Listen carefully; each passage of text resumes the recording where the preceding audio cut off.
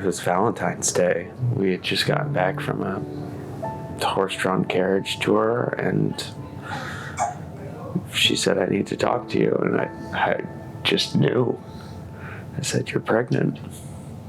So I was about 9 weeks pregnant, and I wasn't in the best of circumstances. My partner, he had left, and he had basically decided that he did not want this pregnancy. There's just a lot of emotions going through, and excitement, nervous. How am I going to pay for it? What am I doing? I'm not ready for this. Am I ready for this? Everything's just kind of running through your mind. I was left to make my own decision of how I was going to move forward. We had just been fighting so much that it was just getting too much, and everything was just I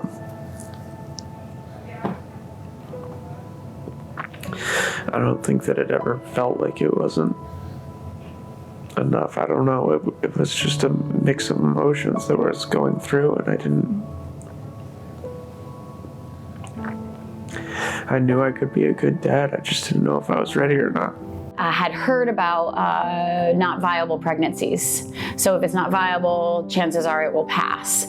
And so there was this desperate need for me to find out if this was a viable pregnancy. So I started to Google ultrasounds, or how to get a fast and quick ultrasound.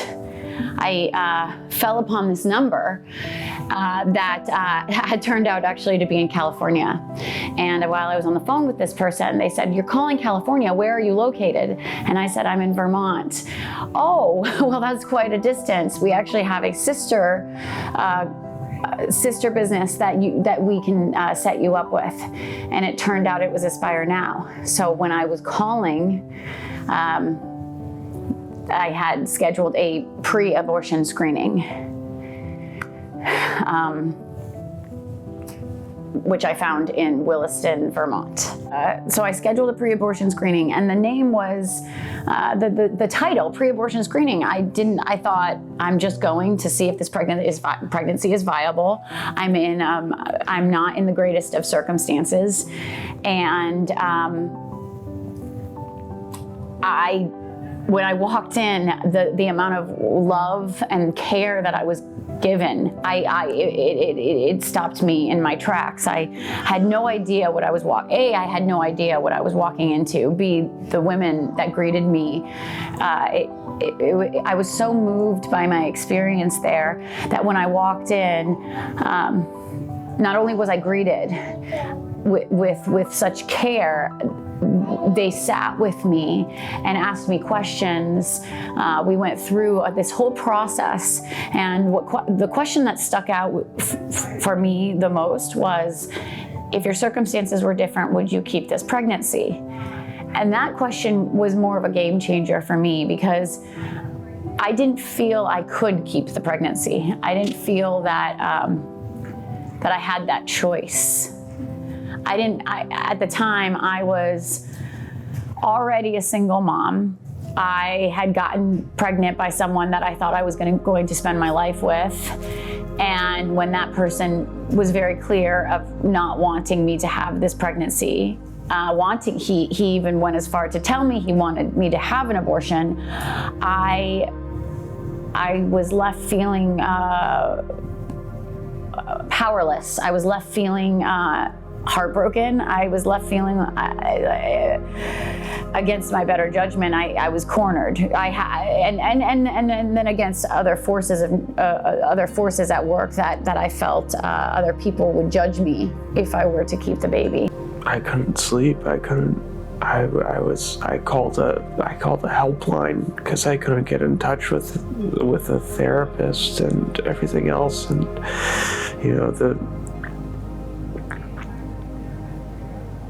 I didn't want to go on without her. I wanted in my heart to keep the baby and to keep the pregnancy, but I didn't feel I had that option.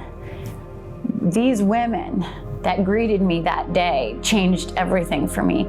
Set me up with counseling, where I got to meet Deb, who changed everything for me.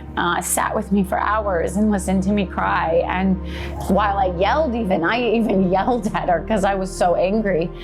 And it wasn't even at her. I was just yelling at my circumstances. I felt I had no choice.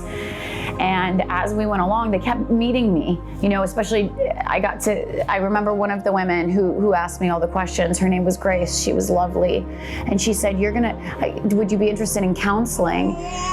We won't charge you even. I mean, I was a single mom without a job at that point. And when they said they wouldn't charge me, you have to meet Deb, you're gonna love her. And so I came the next week. I came the week after that. I kept coming back because they treated me with such grace, treated me very carefully, very lovingly.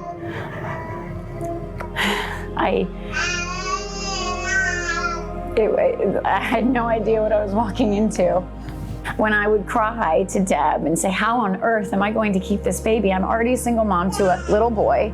How am I going to financially keep this baby? How am I going to pay for daycare, pay for rent, pay for groceries? How am I going to get through that last bit when you're so big and you're about to have the baby?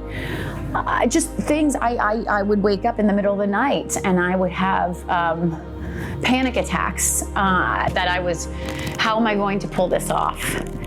And I would bring this to Deb and she would just reassure me. I mean, Deb went above and beyond to coach me through. She even offered to help me with my resume, how I could get a job that could also help me with a baby or with a pregnancy, with a little boy already at home. Just the amount of help that you can't even imagine, the help that was available.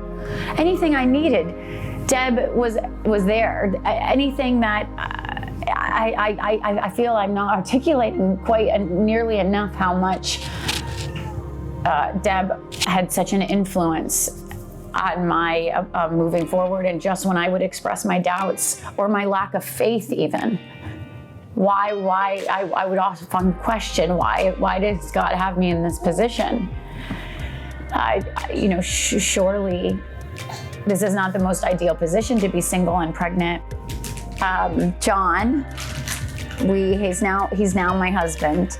He left. He had left for 4 months, and right before the last night in Vermont, he showed up. And he had been trying to contact me a couple weeks prior, and I was ignoring his calls. And I was in a position where, what does he want from me? I mean, in this poor situation, I mean, he was asking me if I still had the baby. I mean, it was absolutely heartbreaking. He was leaving me messages, "Are you still pregnant?" It was so sad, and I was so angry. I was so angry that he even left, and I didn't know how to. I was between a crossroads. Do I answer his calls? Do I face him and let him at least say what he wants to say, or do I move on and move to Colorado and handle it there?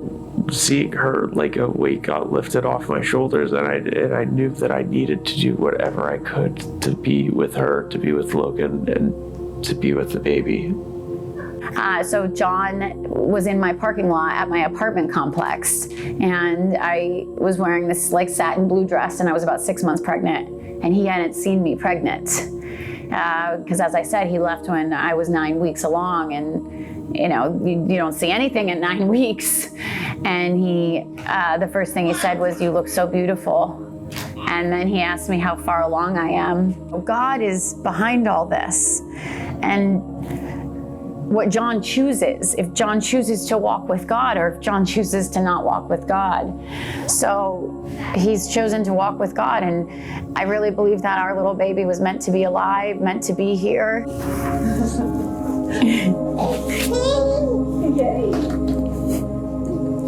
Say hi.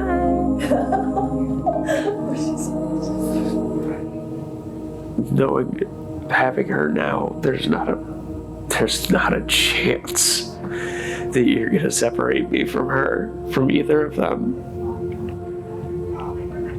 And really think about it. Really think about what you're missing, because this is the most amazing thing in the world. There was a lot of opposing forces, and if I had not have found you, I don't know what I would have done.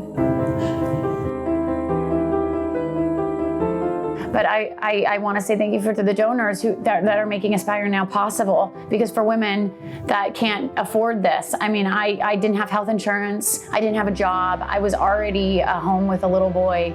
I was in a very unfortunate set of circumstances financially, and to make these services possible,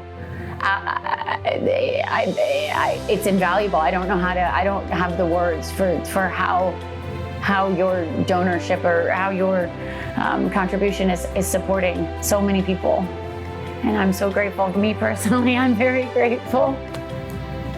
Oh, I owe everything to them. I owe absolutely everything to Deb, to Aspire Now, to the whole team. They without even knowing me, they saved my butt. Because I can't imagine anything else. I can't imagine my life without Audrey, and I can't imagine my life without Lindsay. And just thank you.